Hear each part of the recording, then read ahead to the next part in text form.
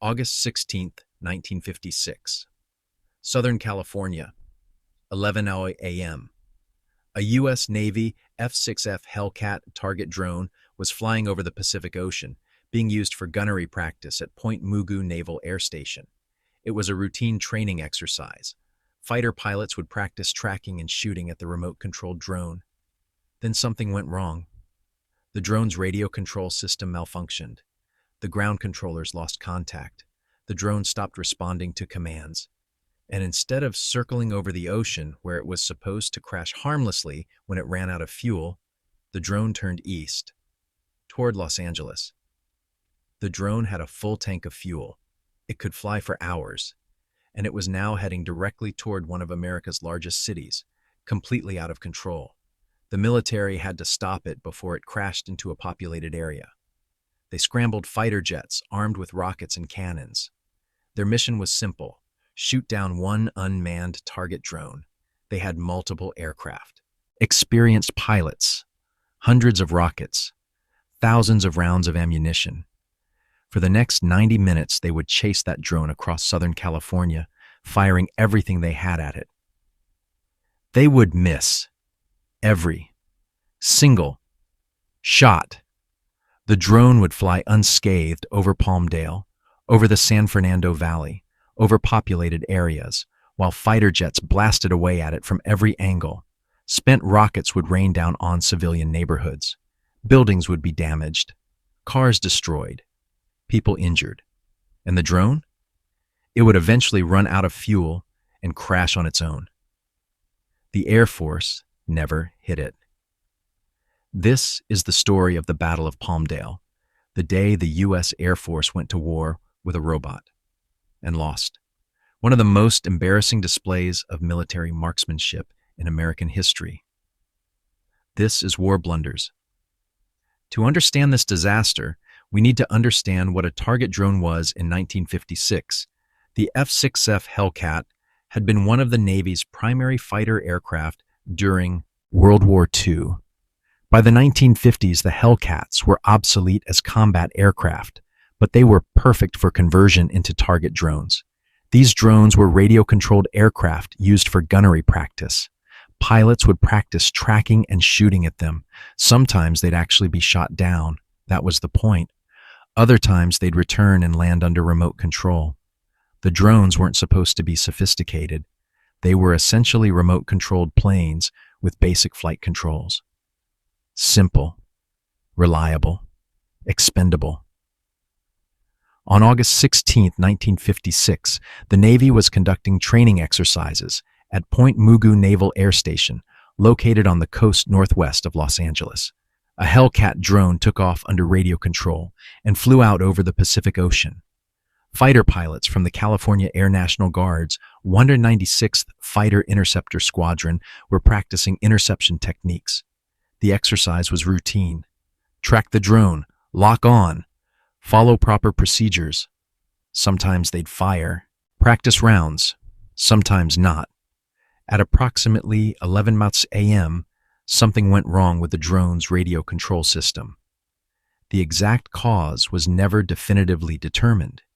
Equipment malfunction, radio interference, electronic failure. Whatever the cause, the ground controllers suddenly lost contact with the drone. The drone stopped responding to commands. It was now flying on its own, following whatever the last input had been before the failure. And that last input apparently included a turn to the east, toward land, toward Los Angeles. This was a problem, a serious problem. The drone had approximately 200 gallons of fuel. At cruising speed, that meant it could fly for 2-3 hours. Los Angeles was less than an hour away. An out-of-control aircraft heading toward a major metropolitan area, even an unmanned one, was an emergency. If it crashed into downtown Los Angeles, it could kill dozens of people, hit an apartment building, a school, a hospital. The Navy immediately notified military authorities. The situation escalated quickly up the chain of command. The order came down: shoot it down, now, before it reaches populated areas. The California Air National Guard's 196th Fighter Interceptor Squadron was already in the air. Two F-89 Scorpion interceptors were conducting the training exercise with the drone. F-89 Scorpions were all-weather interceptors designed to shoot down Soviet bombers during the Cold War.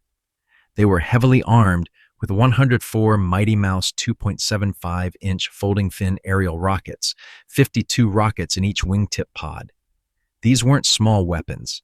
Each rocket was 2.75 inches in diameter, about 4 feet long, and carried a 4.5-pound high-explosive warhead.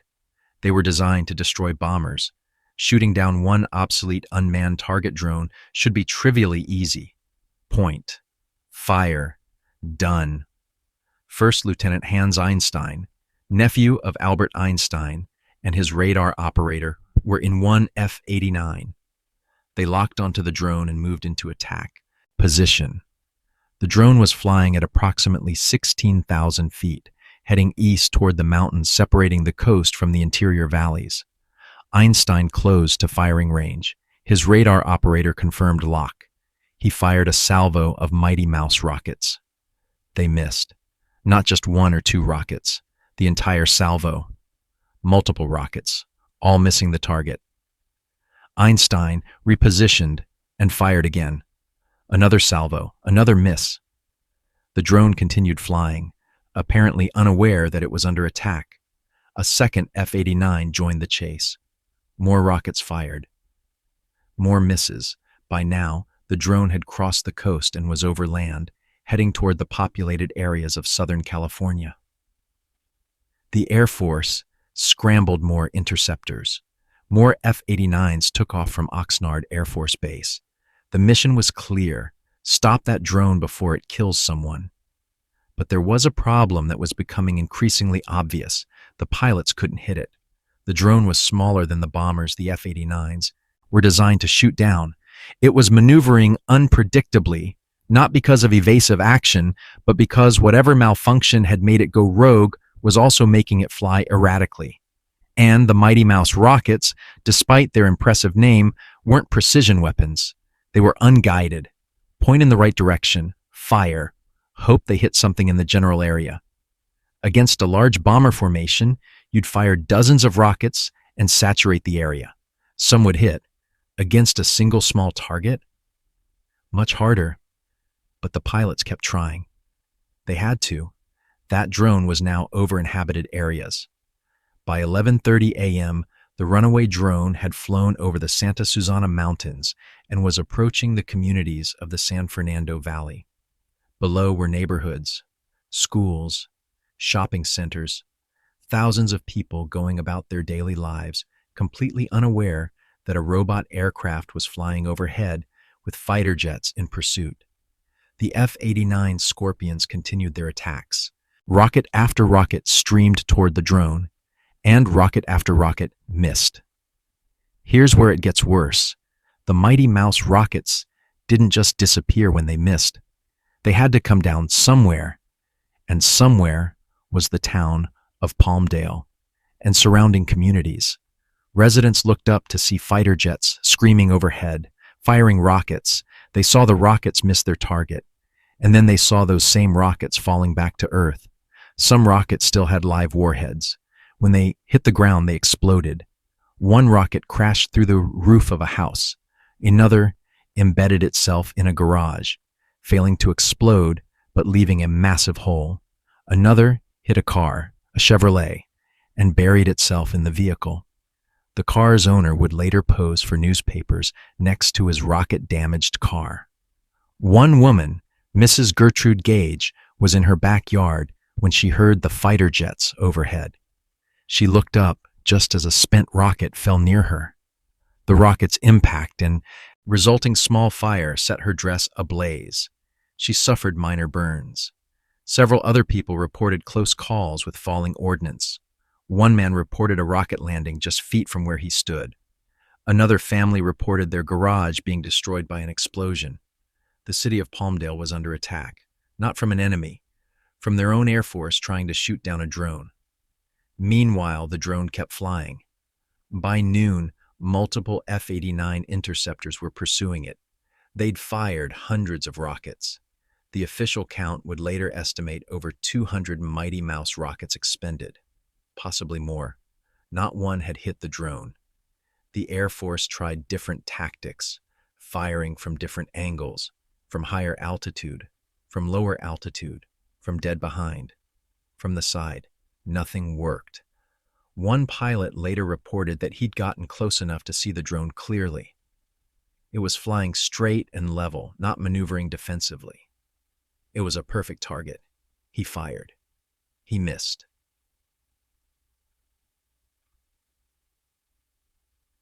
The ideal drone's flight path took it over the Antelope Valley, past Palmdale, heading northeast toward the Mojave Desert.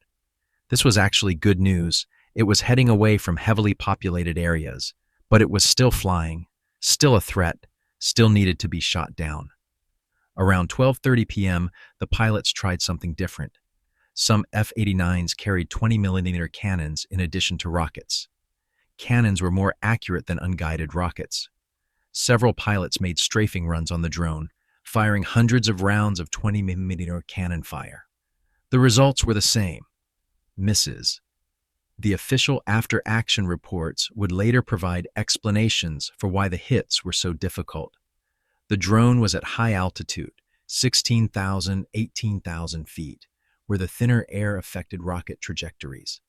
The drone was small, much smaller than the bomber targets the F-89s were designed to engage.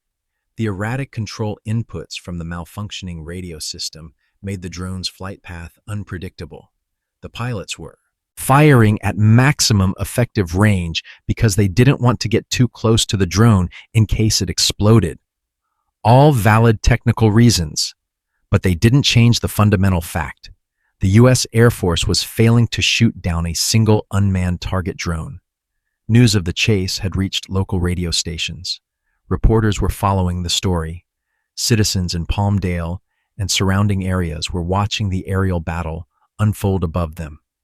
And as rockets continued to rain down on civilian areas, people started getting angry. This solution to the runaway drone problem was creating more damage than the drone itself. By 1 p.m., the drone had been flying east for over 2 hours. It had traveled approximately 100 miles from Point Mugu.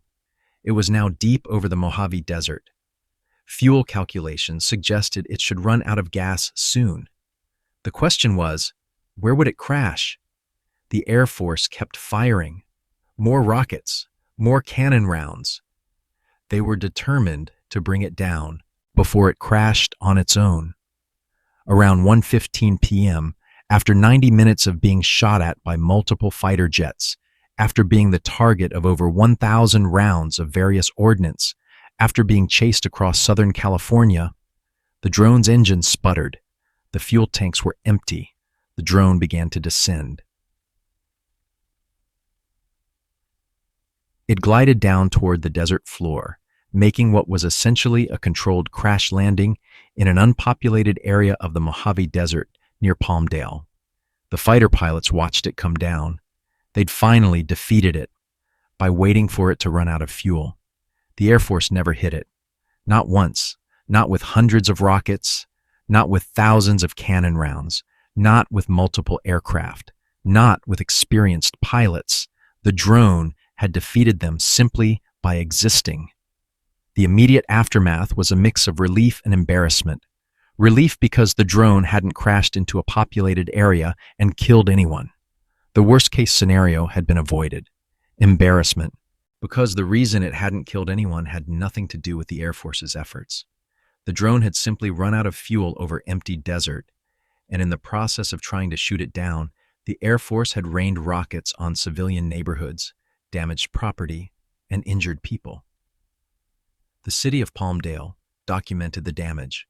Over a dozen buildings were hit by falling rockets or rocket fragments. Several cars were damaged or destroyed. Multiple families filed claims against the military for property damage. Mrs. Gertrude Gage, whose dress had caught fire, required medical treatment for burns. 2 other civilians suffered minor injuries from falling debris. One resident told reporters, I'd rather take my chances with the drone crashing than have the Air Force shooting at it over my house. The media had a field day. Newspaper headlines across the country mocked the Air Force. Angry mechanical bird defeats Air Force.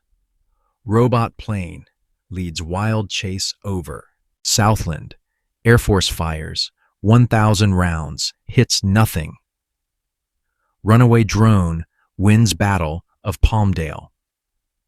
The Los Angeles Times ran a detailed account with photos of the damage in Palmdale. The rocket embedded in the Chevrolet became the iconic image of the incident, a perfect symbol of the Air Force's failure.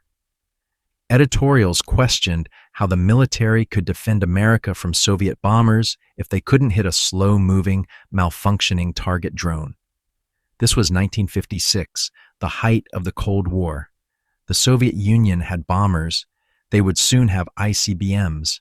Air defense was critical to national security, and the Air Force had just demonstrated that they couldn't shoot down a single obsolete drone flying in a straight line. Congressional representatives from California demanded answers. How could this happen? Why couldn't experienced pilots hit their target? What did this say about American air defense capabilities? The Air Force launched an investigation. The official report, when it was released, tried to frame the incident in the best possible light. They emphasized the technical difficulties: high altitude, small target, unpredictable flight path, maximum range engagement. They noted that the Mighty Mouse rockets were designed for area saturation against bomber formations, not precision strikes against single small targets. They pointed out that the pilots had followed proper procedures and had done everything by the book, all of which was true, but it didn't change the fundamental embarrassment. The investigation also acknowledged the civilian damage and injuries. The Air Force paid out claims for property damage. They implemented new procedures for engaging rogue aircraft over populated areas. Future procedures would prioritize forcing such aircraft toward unpopulated areas rather than engaging them directly over cities. But the damage to the Air Force's reputation was done. The Battle of Palmdale became a lasting embarrassment. For the pilots involved, particularly Lieutenant Einstein, it was personally frustrating. He was a skilled pilot. He'd done everything right, but the combination of technical factors and bad luck had made hitting the drone nearly impossible. Einstein later noted that the entire incident highlighted problems with the weapon systems. The Mighty Mouse rockets were effective against large formations, but terrible for precision work. The incident accelerated development of guided air-to-air missiles, weapons that could actually track and hit small, maneuvering targets. Within a few years, the Air Force would deploy Sidewinder and Falcon guided missiles that revolutionized air combat. The Battle of Palmdale had shown that unguided rockets were obsolete. The Navy, meanwhile, implemented better safety procedures for target drone operations, improved radio control systems, better fail-safe mechanisms, protocols for what to do if a drone went rogue.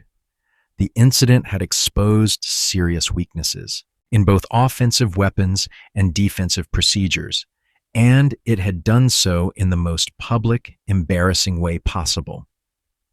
The Battle of Palmdale occupies a unique place in military history. It's not a conventional battle. There was no enemy, no opposing force, no strategic objective beyond shoot down that robot. But it revealed something important: that advanced military technology isn't a guarantee of success. That training for one type of engagement doesn't necessarily prepare you for a different type. The F-89 Scorpions and their pilots were excellent at what they were designed for, intercepting large Soviet bombers in formation. But faced with a single small target, all that capability was useless. From a technical standpoint, the incident accelerated several developments. Guided missiles replaced unguided rockets for air-to-air combat. By the 1960s, fighters were equipped with heat-seeking and radar-guided missiles that could track and hit targets autonomously. Radio control systems for drones improved dramatically. multiple redundant control channels, better fail-safe systems, automatic return-to-base programming if control was lost. Procedures for dealing with rogue aircraft over populated areas were completely revised. The priority became forcing them away from cities, not shooting them down regardless of location. The incident also raised uncomfortable questions about Cold War air defense. If Soviet bombers attacked, could the Air Force stop them?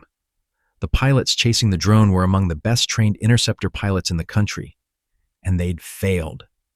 To be fair, hitting an enemy bomber would be easier than hitting the small, erratically maneuvering drone. Enemy bombers were larger, flew more predictably, and appeared in formations that made area weapons like the Mighty Mouse effective. But still, the public saw Air Force can't hit target and drew worrying conclusions about national security. For the residents of Palmdale, the incident became a local legend, the town that was bombed by its own Air Force. The battle fought in their skies. Some families kept fragments of rockets that landed on their property as souvenirs. The man whose Chevrolet was hit by a rocket reportedly kept the car with the rocket still embedded in it for years as a conversation piece. The city of Palmdale occasionally references the incident in local history. It's become part of the town's identity, the place where the Air Force lost a battle to a robot. Today, the Battle of Palmdale is remembered as both cautionary tale and comedy. Cautionary because it exposed real weaknesses in military capabilities. Comedy because there's something inherently funny about an Air Force that can't shoot down a drone. In the age of modern drones, Predators, Reapers, Global Hawks, it's hard to imagine modern fighters having the same problem. Current air-to-air missiles are incredibly sophisticated. They can hit targets that are actively evading. A malfunctioning drone flying straight would be trivially easy to destroy. But in 1956, the technology wasn't there yet, and the Battle of Palmdale exposed that fact in spectacular fashion. The Battle of Palmdale lasted 90 minutes. Over 1,000 rounds of various ordnance were expended. Multiple aircraft participated. Hundreds of rockets rained down on California. And at the end of it all, the drone crashed on its own when it ran out of fuel.